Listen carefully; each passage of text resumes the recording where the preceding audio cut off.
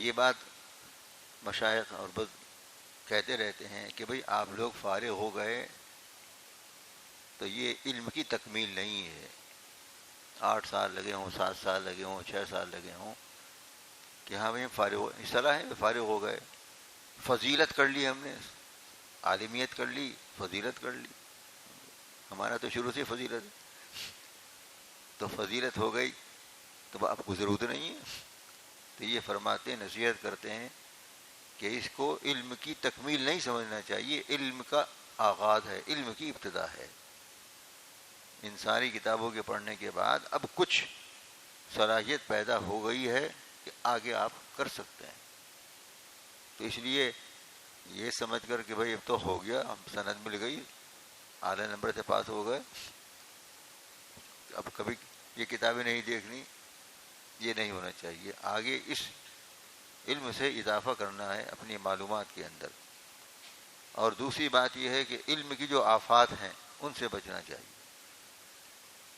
علم کی سب سے بڑی آفت ہے کبر. جب علم آتا ہے تو تکبر آتا.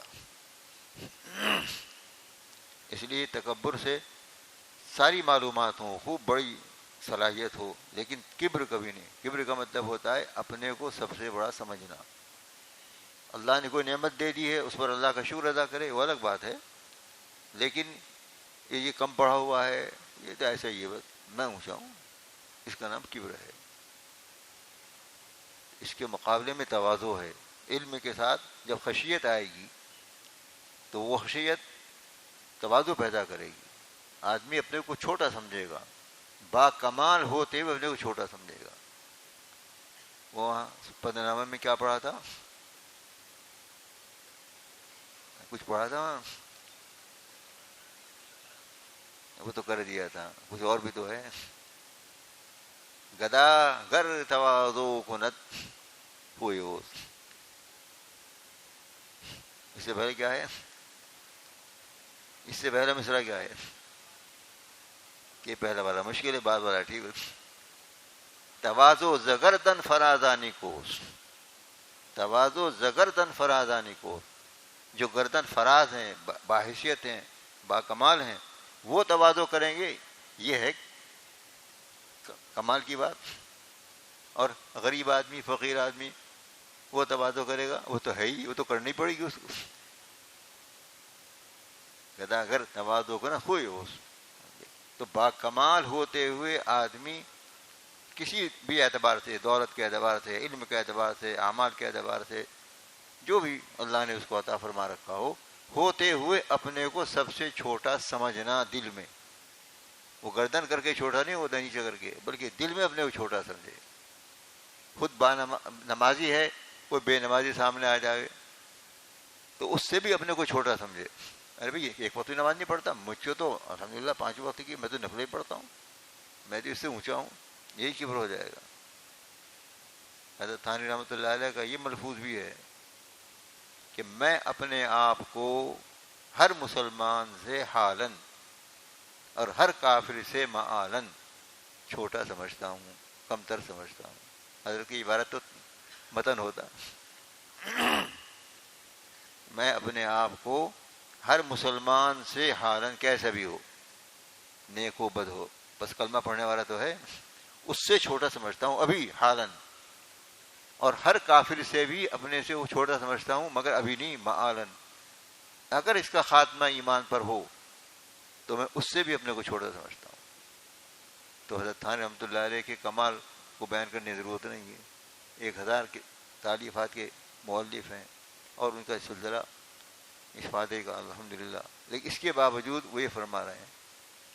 اس لیے ہم اکابر کا نام لیتے ہیں رحمہ اللہ تعالی، تو ان کی جو کیفیات قلبیہ ہیں، کہیں حضرت معالم اسرار رحمۃ اللہ علیہ کی تحریر میں نے پڑھا ہے، بہت روز ہوئے، کہ جناب رسول اللہ صلی اللہ علیہ وسلم سے جو علوم حضرات صحابہ کو منتقل ہوئے ہیں وہ صرف الفاظ و نقوش نہیں ہے، بلکہ حضور اقدس صلی اللہ علیہ وسلم کے قلب مبارک کی کیفیات کے ساتھ وہ علوم منتقل ہوئے ہیں.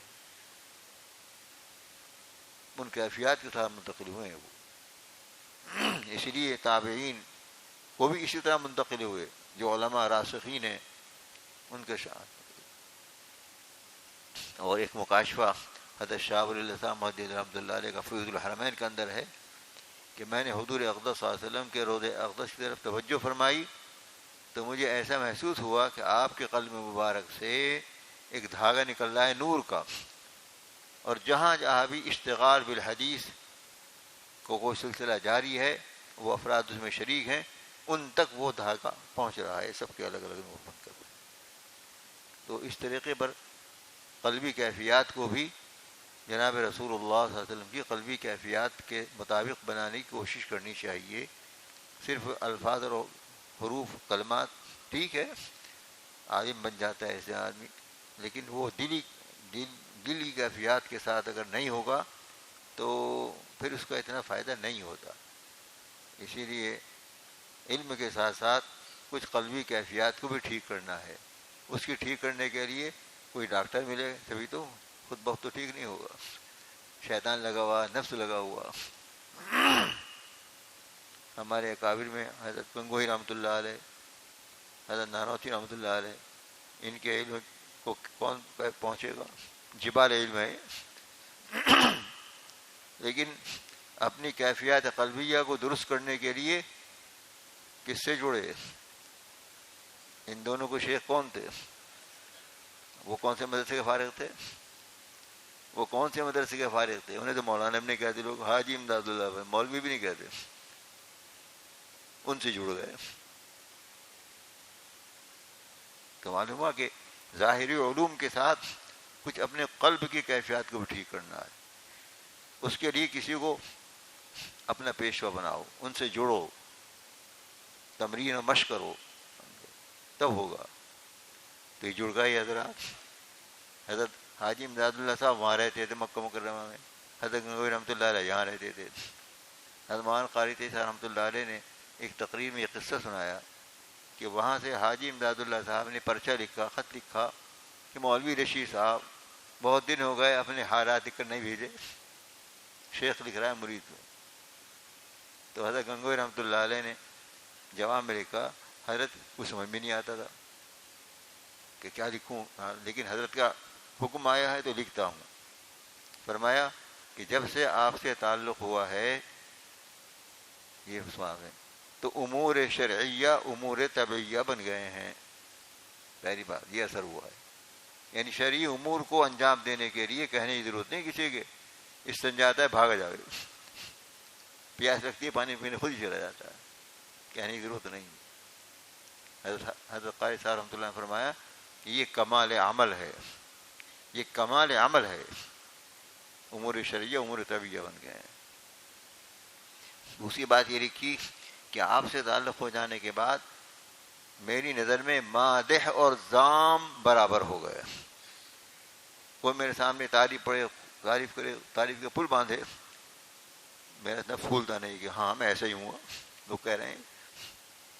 اور اگر کوئی برائی کرتا ہے تو میرے دل میں اشتعال نہیں پیدا ہوتا کہ تو جتنا کہہ رہا ہے اس سے زیادہ خراب میں ہوں۔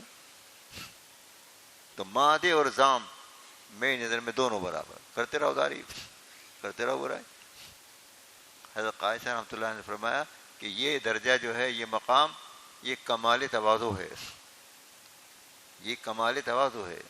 یہ جبھی ہوگا جب آدمی میں تواضع کامل ہوگی، تو کسی کی تعریف کرنے سے پھولا نہیں سمائے گا، دماغ خراب نہیں ہوگا اس کا، اور کسی کی برائی کرنے کی وجہ سے اس کے ساتھ لڑے گا نہیں کہ جتنا یہ کہہ رہا ہے اس سے زیادہ برا میں خود ہوں۔ تیسری بات یہ لکھی اس میں، حضرت آپ سے تعلق ہو جانے کے بعد آیت کریمہ کا کسی حدیث سے تعارض محسوس نہیں ہوتا، حدیث کا حدیث سے تعارض محسوس نہیں ہوتا، آیت کریمہ سے آیت کریمہ کا تعارض محسوس نہیں ہوتا، یعنی تعارض ہوتا ہے لیکن ختم ہو گیا، حل نکل آتا ہے۔ تو معلوم ہوا کہ اس طرح کے تعلق کے بعد علم کے اندر جلا پیدا ہوتی ہے۔ اسی لیے حضرت قاری صاحب رحمۃ اللہ علیہ نے اس کے بعد فرمایا کہ یہ کمال علم ہے، یہ کمال علم ہے۔ تو علوم حاصل کیے ہیں تو قلبی کیفیات بھی اگر جناب رسول اللہ صلی اللہ علیہ وسلم جو منقول ہوتی چلی آئی ہیں اس طرح کی پیدا کی جائیں گی تو علم کے اندر اضافہ ہوگا۔ یہ واقعہ یاد رکھنے کا ہے اور ہم سب کے لیے وہ ایک نصیحت کی چیز ہے اس کے اندر۔